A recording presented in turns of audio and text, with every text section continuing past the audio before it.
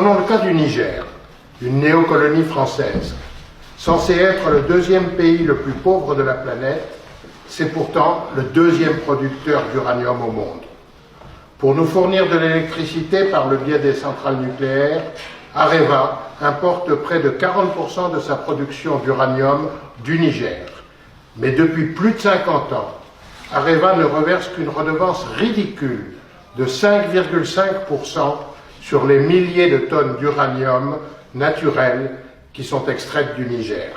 Ainsi, la population nigérienne ne bénéficie d'aucune retombée économique. Elle n'a droit qu'aux conséquences de l'exploitation de son propre uranium, c'est-à-dire les contaminations radioactives, notamment de l'eau, les énormes masses de déchets radioactifs stockés à l'air libre, sans compter la désertification qui ruine l'économie pastorale. Areva a déjà épuisé à 70% l'aquifère carbonifère des régions qu'elle exploite dans ce pays, à raison de 22 000 mètres cubes d'eau par jour, et cela depuis plus de 40 ans. Ajoutons que la ruine du Niger ne concerne malheureusement pas que l'uranium. Avec ses 20 millions de têtes de bétail, le pays pourrait en fait connaître une relative prospérité. Mais voilà, le Fonds monétaire international, le FMI, a imposé la fermeture des services vétérinaires locaux afin d'ouvrir le marché aux multinationales étrangères.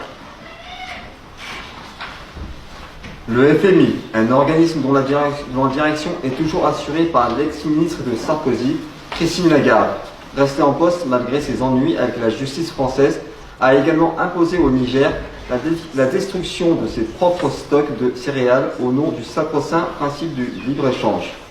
Conséquence, plus de stocks pour faire face aux aléas, et la famine attaque désormais ce pays africain tous les 2 ans.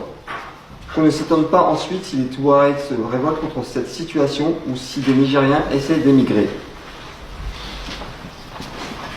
Prenons un autre exemple, celui du Sénégal. Au Sénégal, les sociétés françaises comme la Fruitière de Marseille, dont les principaux actionnaires sont les grandes chaînes de supermarchés françaises, se font attribuer des dizaines de milliers d'hectares de terre pour des